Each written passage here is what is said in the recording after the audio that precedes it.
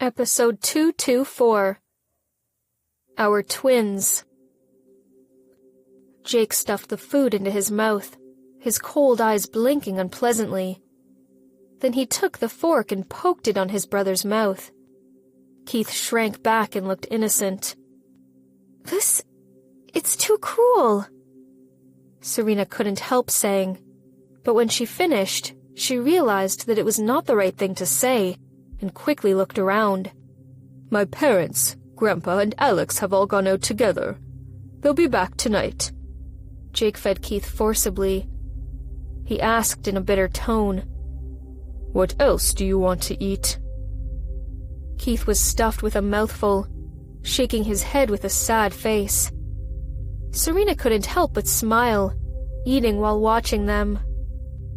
After watering the garden, Emma walked in from the outside and saw that Jake was feeding his brother. She was so shocked and scared that the watering can fell from her hand. After putting things back in place, she asked, Let me do it. Didn't you say you want to go out? Jake was more than happy to oblige and quickly passed her the plate. Keith also let out a sigh of relief, throwing a grateful glance towards Emma. Gosh, it was a great honor to let his second brother feed him and all, but he was so rough.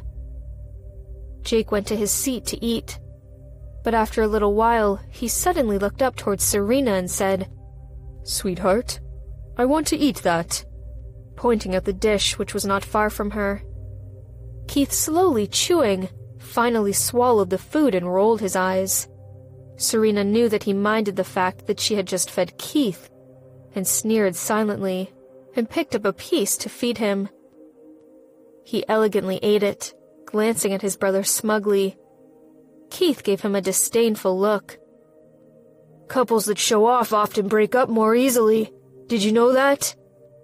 He did not mind.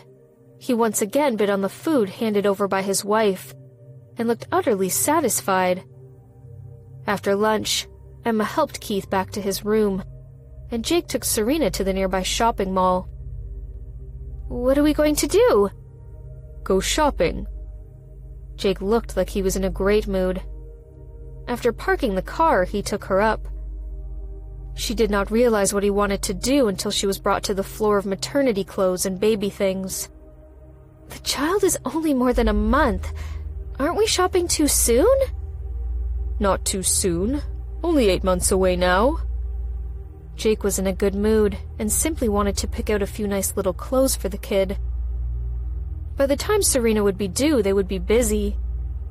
The smile on her face was widening as she walked into the shop holding his hand. She had never shopped for baby clothes in her life, so she was rather amused by the size of the onesies and the socks she saw. She picked one up and asked innocently, Are newborns so small? The salesperson came up politely and began to introduce the product. Towards the end, she said, Are you looking to buy this for a boy or a girl? We have clothes for newborns to 3 years old. Both, Jake said, holding a few small clothes in his hands. Serena saw they were all pink. We have twins, a boy and a girl. Serena was shocked and excited. How do you know? You said so. She heard that and became less excited. She pouted and said, That was a dream.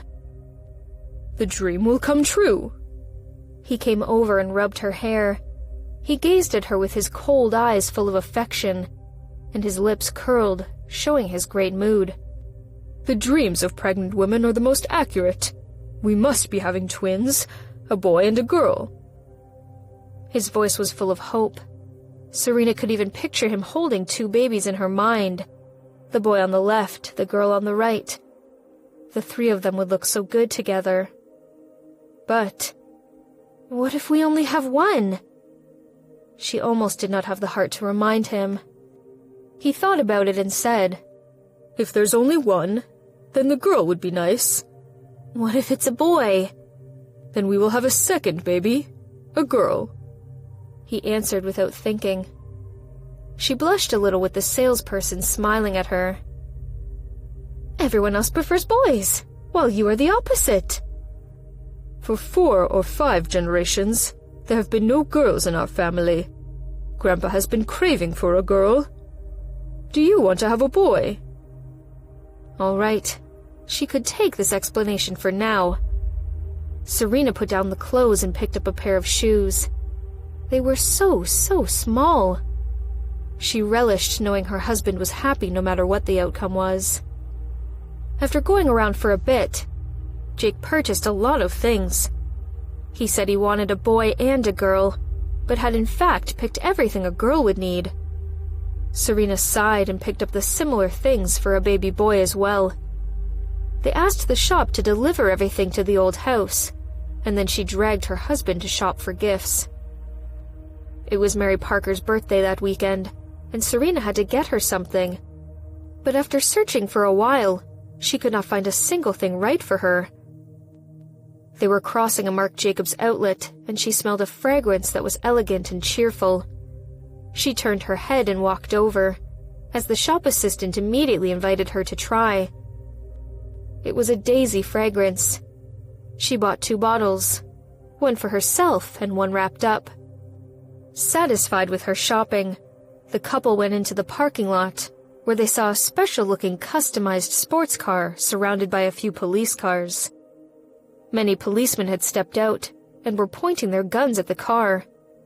The car looked quite stylish, painted with colorful graffiti. The model was also quite cutting edge. What was different was that it had a license plate this time.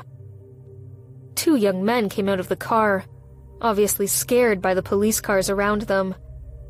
Serena was also frightened, glancing at the car a few times. Jake held her with his arm and said, "Let's go from the other side." Okay.